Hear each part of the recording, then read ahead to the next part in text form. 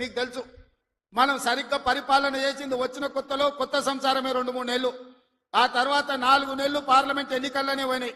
7 నెలలు తీస్తే సరిగ్గా కుదురుగా కుర్చీలో కూర్చొని సచివాలయానికి పోయి అధికారులతో మాట్లాడి పరిపాలనపరమైన నిర్ణయాలు తీసుకున్నది 4 నెలలే అని చెప్పి ఈ రోజు తెలంగాణ సమాజానికి 4 కోట్ల ప్రజలకు నేను చెప్పదలుచుకున్నా. అయినా 10 సంవత్సరాలు చంద్రశేఖరరావు చేయలేని పనులన్నిటిని కూడా పడావు పెట్టిన ప్రాజెక్టులన్నిటిని కూడా తిరిగి పునః ప్రారంభించి ఈ రోజు ప్రభుత్వం ముందుకెళ్తుంటే ఆయనను ఫామ్ హౌస్ లో వండుకుంటాడు. వీళ్ళిద్దరేమో మన కాళ్ళలో కట్టబెట్టడానికి తిరుగుతున్నారు. ఏలేశ్వరం పైన శనీశ్వరుడు వదలేదన్నట్టు ఇవాళ ఓడగొట్టి ఇంట్లో వండబెట్టిన అసెంబ్లీ ఎన్నికల్లో అధికారం పోయింది. పార్లమెంటులో సీట్లన్నీ పోయి గుండు 0 వచ్చింది. ఇప్పుడు వాళ్ళకు మెదడే పోయినట్టు అనిపిస్తుంది. అసెంబ్లీ ఎన్నికలలో అధికారం పోయింది, పార్లమెంటులో ఉన్న సీట్లన్నీ పోయినాయి.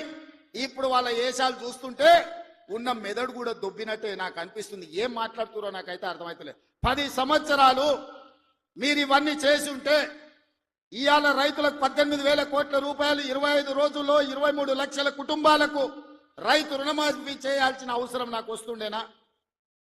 10 ఏళ్లలో నువ్వు 1,00,000 రూపాయలని 4 విడతలని మిత్తి కడతా అని అసలు మిత్తి కలిసి తడిసి మోపెడై రైతులు దేశంలోనే ఆత్మహత్యలలో 2వ స్థానం తెలంగాణ రాష్ట్రం వచ్చిన సంగతి చంద్రశేఖరరావు గారు మర్చిపోయినట్టున్నాడు.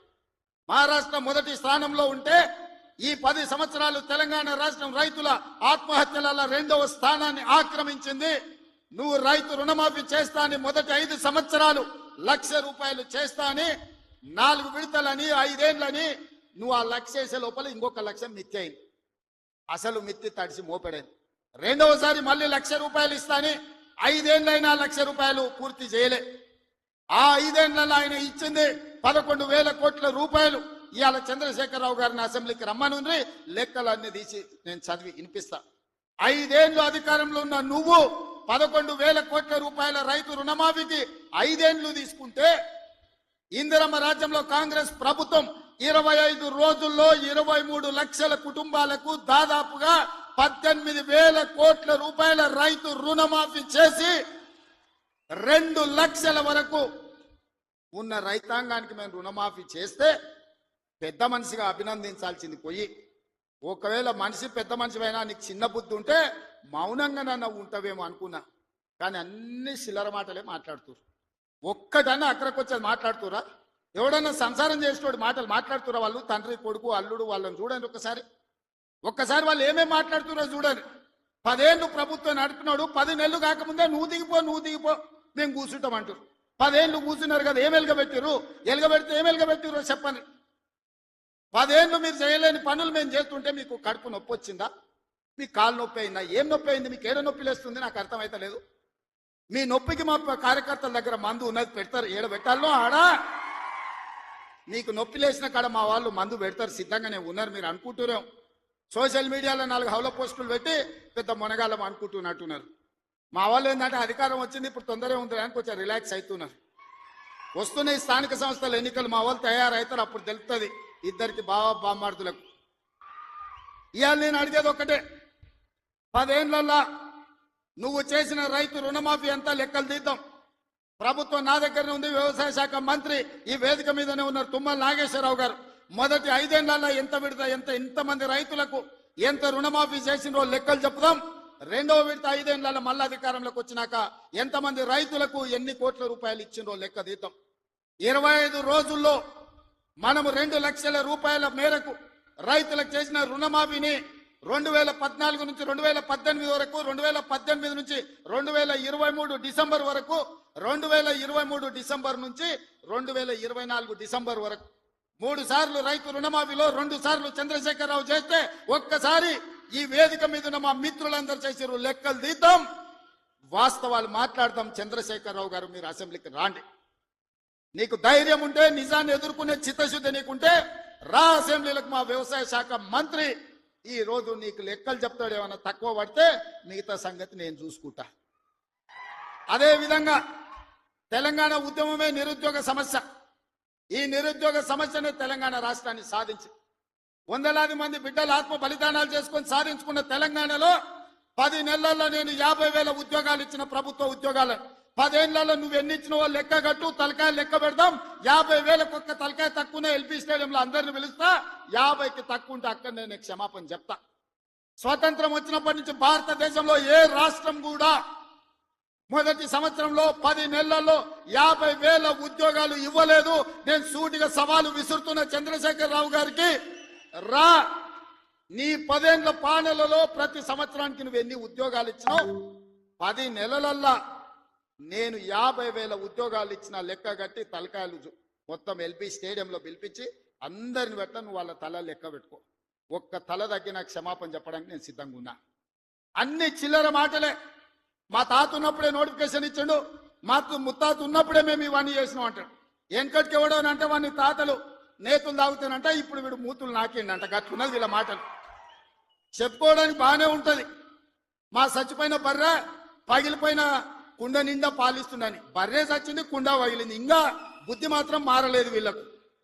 అందుకే ఇవాళ రైతు రుణమాఫీ విషయంలో కానీ, నిరుద్యోగ సమస్య విషయంలో కానీ, ఆర్టీసీలో ఆడబిడ్డలకు ఉచిత ప్రయాణం ఏదైతే ఇచ్చినామో 1,10,00,000 మంది ఆడబిడ్డలు ఈ రోజు అమ్మగారి ఇంటికి పోవాలన్నా, రాముల వారిని దర్శించుకోవాలన్నా ఒక్క రూపాయి ఒక్క పైసలు లేకున్నా పోవచ్చు. 3,700 కోట్ల రూపాయలు మంత్రి పొన్నం ప్రభాకర్ గారు ఇవాళ ఖర్చు పెట్టి ఆడబిడ్డలకు ఉచిత బస్సు ప్రయాణం ఇచ్చిండు. ఇదే కాదు, ఆనాడు మోడీ ప్రభుత్వం 1,200 రూపాయల సిలిండర్ చేస్తే ఈ రోజు ఆడబిడ్డలకు 500 రూపాయలకే సిలిండర్ ఇస్తున్నాం. ఆ శాఖ ఉత్తమ్ కుమార్ రెడ్డి గారు చూస్తున్నారు. అదే విధంగా ప్యాడీ ఆయన ఏమన్నాడే కేసీఆర్, ఊరేసుకుంటే ఊరేసుకున్నట్టే అన్నాడు. అన్నోడు అన్నట్టు ఉండాలి కదా. ఆయన మాత్రం ఫామ్ హౌస్ లో 150 ఎకరాలు ఊరేసుకున్నాడు. అవన్నీ లెక్కలు తీసి బయట పెట్టిన వీడియోలతో సహా. మా సార్ అట్లా వేసుకున్నాడు కానీ అని వాళ్ళ తాబేదారులు వచ్చి చెప్పారు.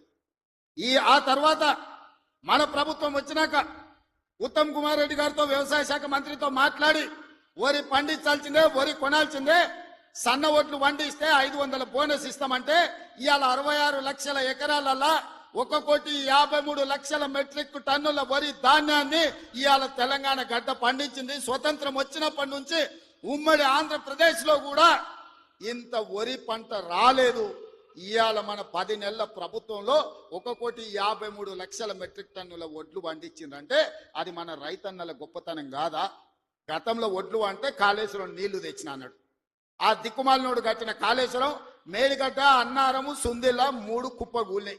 వెనకటికి కూడా పనిమంతుడు పందిరేస్తున్నట్ట కుక్కతొక్క తలిగి కూలిపోయిందంట. కాళేశ్వరం కట్టింది ఎప్పుడు, కూలింది ఎప్పుడు? 1,00,000 కోట్లు నిండా మింగిండు, ఫామ్ హౌస్ లో బోర్లో వండిండు. కాళేశ్వరం నుంచి సుక్క నీళ్లు లిఫ్ట్ చేయకుండా ఆనాడు కాంగ్రెస్ పార్టీ కట్టిన శ్రీరామ్ సాగర్ కావచ్చు, లేకపోతే శ్రీపాద ఎల్లంపల్లి కావచ్చు, కల్వకుర్తి, భీమా, నెట్టంపాడు, కోయిల్ సాగర్, శ్రీశైలం, నాగార్జున సాగర్, హంద్రి, నీవా అక్కడ కడితే ఇక్కడ ఈ ప్రాంతంలో తెలంగాణ ప్రాజెక్టులు కట్టే ఈ రోజు ఖమ్మంలో కట్టిన ప్రాజెక్టులు, వరంగల్లో కట్టిన ప్రాజెక్టులు, నిజామాబాద్, కరీంనగర్ లో కట్టిన కాంగ్రెస్ కట్టిన ప్రాజెక్టులతో ఈ రోజు 1,53,00,000 మెట్రిక్ టన్నుల వడ్లు ఈ రోజు తెలంగాణలో వండినాయి. 1,00,000 కోట్లు కాళేశ్వరంలో కాంట్రాక్టర్లకు కాలబెట్టిండు. పాలమూరు రంగారెడ్డికి 20,000 కోట్లు కాలబెట్టిండు. ఇంతవరకు సుక్క నీరు రాలేదు. కాళేశ్వరంలో 52,000 ఎకరాలకు ఇచ్చాడు. 1,00,000 కోట్లు కాంట్రాక్టులకు బిల్లు ఇస్తే 52,000 ఎకరాలకు నీళ్ళు వచ్చినాయి. ఈసారి అవి కూలిపోయి అది కూడా రాలే. ఇప్పటి వరకు చంద్రశేఖరరావు గారి 10 ఏళ్లలో 1,83,000 కోట్ల రూపాయల ప్రజాధనాన్ని ఇరిగేషన్ ప్రాజెక్టుల మీద పెట్టిండు. నేను సూటిగా అడుగుతున్నా, ఏ ప్రాజెక్ట్ అయినా నువ్వు పూర్తి చేసినవా? ఏ ఒక్క ప్రాజెక్ట్ అయినా తెలంగాణ ప్రజలకు అంకితం చేసినవా? ఇది పూర్తయింది, ఇది ప్రజలకు అంకితమైంది, దీంట్లో నీళ్లు వస్తున్నాయని చెప్తావా అని నేను అడుగుతున్నా. ఇవాళ మల్లన్న సాగర్ అంటాడు, రంగనాయక్ సాగర్ అంటాడు, కొండపోచమ్మ అంటాడు. రంగనాయక్ సాగర్ కడితే రంగనాయక్ సాగర్ దగ్గర హరీష్ రావు ఫామ్ హౌస్ కట్టుకున్నాడు. 3 దిక్కుల ప్రాజెక్ట్ ఉంటది, మధ్యలో ఆయనకు ఫామ్ హౌస్ ఉంటది. ఆయనకు 360 డిగ్రీలు వాటర్ ఫ్రంట్ వ్యూ ఉండాలంట. భూసేకరణ కోసం తీసుకున్న భూమిని హరీష్ రావు పేరు మీదకి బదిలీ చేపించుకున్నాడు. ప్రాజెక్టు కోసం సేకరించిన భూములు రంగనాయక్ సాగర్, సిద్దిపేట దగ్గర ప్రాజెక్టు కోసం సేకరించిన భూములు ప్రాజెక్టుల నుంచి తొలగించి హరీష్ రావు ఫామ్ హౌస్ కట్టుకున్నాడు. దానికి లెక్క చెప్పాల్సింది హరీష్ రావు గారు. ఏం చింత చేయకు, లెక్కలు తీస్తున్నా, నీ లెక్క చెప్తా. కొండ పోచమ్మ ప్రాజెక్టు కట్టిందే కేసీఆర్ ఫామ్ హౌస్ కు కాలువలు తీసుకెళ్లడానికి. ఇవాళ నిజ నిర్ధారణ కమిటీ వేసుకుందాం, కొండ పోచమ్మ ప్రాజెక్టుకు పోదాం. కొండ పోచమ్మ నుంచి డైరెక్ట్ గా కేసీఆర్ ఫామ్ హౌస్ 100 ఎకరాలకు కాలువ డైరెక్ట్ ఆయన ఫామ్ హౌస్ లోకి వెళ్ళి తీసుకుపోయాడు. 1000 కోట్లు ప్రజలే ఖర్చు పెడితే నీ ఫామ్ హౌస్ కు నీళ్లు తీసుకెళ్తావా? ఇది న్యాయమా? చంద్రశేఖరరావు గారు, నిన్ను నమ్మి నీ చేతిలో రాష్ట్రం పెడితే, నీ కొడుకుని మున్సిపల్ మినిస్టర్ పెడితే జన్వాడలో 111 ఫామ్ హౌస్లు కట్టుకుంటాడు. ఆయన బామ్మార్ది ఇంకోటి కట్టుకుంటాడు. అందులో దీపావళి పండుగ వచ్చిందని చిచ్చుబుట్లు కాకుండా సారాబుట్లు పెట్టి దావతులు చేస్తాడు. ఏమనంటే మేము క్యాసినో నడుపుకుంటాం, మేము సారా బుట్లు పెట్టుకుంటాం, కాబట్టి మమ్మల్ని ఏం అనొద్దు అని. అంటే బావ కళ్ళల్లో ఆనందం చూడడానికి ఆయన బామ్మార్ది ఏమి తాగి తందనాళ్ళు ఆడినా డ్రగ్స్ తీసుకున్నాడు ఆ ఇంట్లో దొరికినా కేసు పెట్టొద్దా? ఒకసారి ఆలోచన చేయండి. ఎంత సిగ్గు లేకుండా మాట్లాడుతున్నారంటే, డ్రగ్స్ తీసుకున్నాడు దొరికింది కదనే వాడు మొత్తం అందరు, అవును నేను డ్రగ్స్ తీసుకున్నాను వాడు ఒప్పుకుండు, డ్రగ్స్ ఉన్నోడు దొరికిందని వీడు ఒప్పుకుండు, కానీ వాడిని పట్టుకోవద్దంట పోలీసు. ఎందుకంటే మేము బీఆర్ఎస్ నాయకులం కాబట్టి మమ్మల్ని ఏమనొద్దని. ఈ రాష్ట్రంలో ఈ దేశంలో బీఆర్ఎస్ వాళ్ళకి ఏమైనా కొత్త చట్టం ఉందా? ఇడిచిపెట్టాలా? ఊర్లో డ్రంక్ అండ్ డ్రైవ్ అని పిల్లలు ఇవ్వడం తెలిసో తెలియక తాగితే నోట్ల పుల్ల పెట్టి ఊదిచ్చి వాని బండి గుంజుకొని వాని పోలీస్ స్టేషన్లో పెట్టి వాని ఈపులు వలగొట్టి వాని దగ్గర 5,000 వసూలు చేస్తున్న సన్నాసి, నీ బామార్ది డ్రగ్స్ తీసుకున్నాడు ఇంట్లో దొరికితే, అక్రమంగా ఫామ్ హౌస్ కట్టుకుంటే, వాని ఇంట్లో విదేశీ మద్యం దొరికితే వాని మీద కేసు పెట్టొద్దు అంటున్నావంటే చట్టం నీకోటి పేదోళ్ళకి ఇంకొక చట్టమా అని నేను అడుగుతున్నాను. ఇదా తెలంగాణ రాష్ట్రంలో 10 ఏళ్ల అధికారంలో ఉన్న మీరు ప్రజలకు చెప్తున్నది? ఇవాళ అభివృద్ధి గురించి మాట్లాడతాడు. 75 ఏళ్ళనే నా కొడంగల్ ఎప్పుడో 1960లో మా పెద్దలు గురునాథ్ రెడ్డి గారి వేదం మీద ఉన్నారు. 6 సార్లు ఎమ్మెల్యే అయ్యాడు.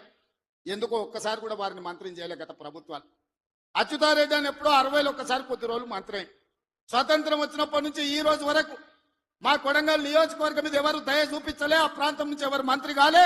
ఇవాళ ఆ ప్రజల కోరిక మేరకు నేను ఎమ్మెల్యేనై ముఖ్యమంత్రిని అయితే నేను ఆడ అభివృద్ధి చేయాలి, మా పిల్లలకు ఉద్యోగాలు ఇవ్వాలి, మా గ్రామాలు ఎడారిగా మారినాయని నారాయణపేట కొడంగల్ ఎత్తిపోతల పథకాన్ని మా నీళ్లు తీసుకెళ్ళనికే తాగనిక నీళ్లు లేక ఫ్లోరైడ్ ఉండి కల్తీ కళ్ళు తాగి ఆ కల్తీ కళ్ళుతోని పిచ్చెక్కి పిల్లల్ని మంచాలకు గట్టేస్తుంటే ఆ బాధ చూడలేక నారాయణపేట కొడంగల్ ఎత్తిపోతల ప్రాజెక్టు ద్వారా 1,00,000 ఎకరాలకు నా ప్రాంతానికి నీళ్లు ఇవ్వాలని నేను ముఖ్యమంత్రిగా చేస్తే అండ్లా కాళ్ళ కట్టెల కాళ్ళ కట్టె పెడతాడు హరీష్ రావు.